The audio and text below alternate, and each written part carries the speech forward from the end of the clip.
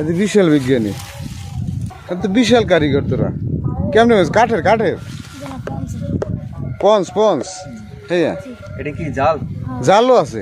জালও আছে। আরে ভালো গাইছে, এত মানে জাদুঘরে নিয়ে এই কত পুরো বিজ্ঞানী উপদেশ দিতে হইবে। ও মা, এটা কি? ও গেরাপিও দিয়েছে।